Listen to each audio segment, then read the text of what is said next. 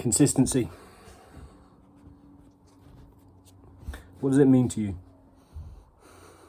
What would it mean to you to be consistent? Do you ever start something, get really enthusiastic about it, and then something happens and you can't maintain it, and then you fall back into your old habits? What if you could be consistent in your approach, in your behavior, in your beliefs, in your actions, in your attitude? Well, actually, your beliefs are consistent. Your beliefs are generally our beliefs are generally fixed. They're ideas which have become fixed into our subconscious as truths. And then we view the world through the lens built from our subconscious beliefs.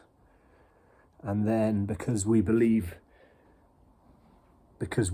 what we believe is true, our mind views the world. Our mind gathers evidence all day, every day.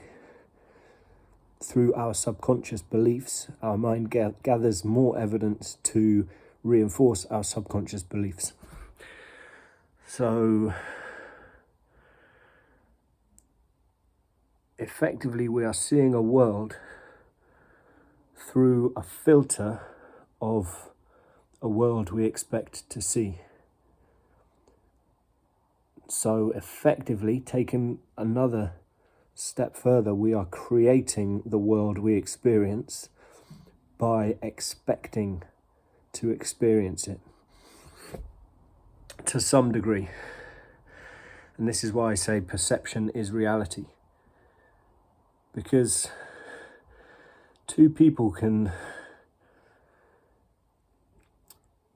sit on a park bench together and view the same scene unfolding in front of them, and view two quite different realities.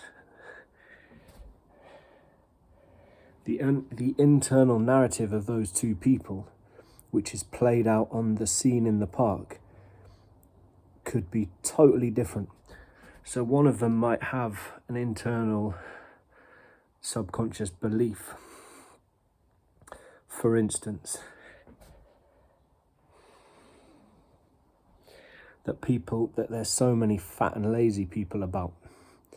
So their mind will immediately scan the park for all the people that they deem to be fat and lazy, and that will reinforce their belief that there's so many fat and people, that the world's full of fat and lazy people. Now the other person might have a subconscious belief, a subconscious narrative that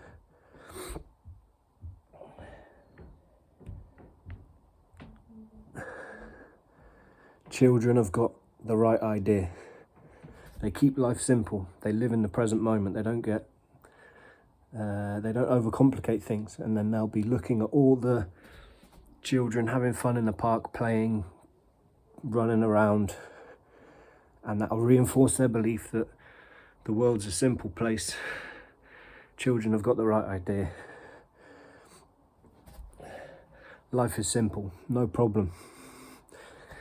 So you've got one person who's somewhat distraught at the state of the world, and one person who's somewhat at peace with the state of the world.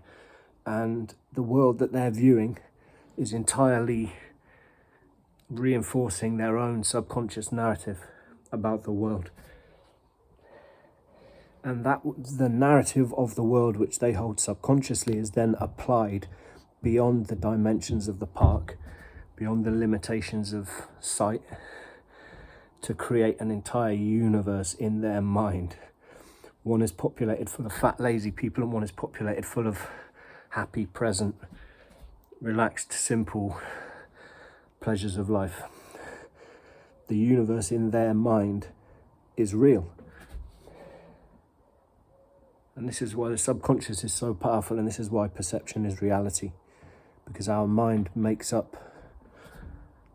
fills in the gaps after, really, as far as we can see with our eyes and hear with our ears.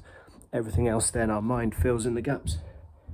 And we believe that's the universe. We believe that's the world, and we carry it around with us. we become what we think about. That's 5 minutes. Same again tomorrow.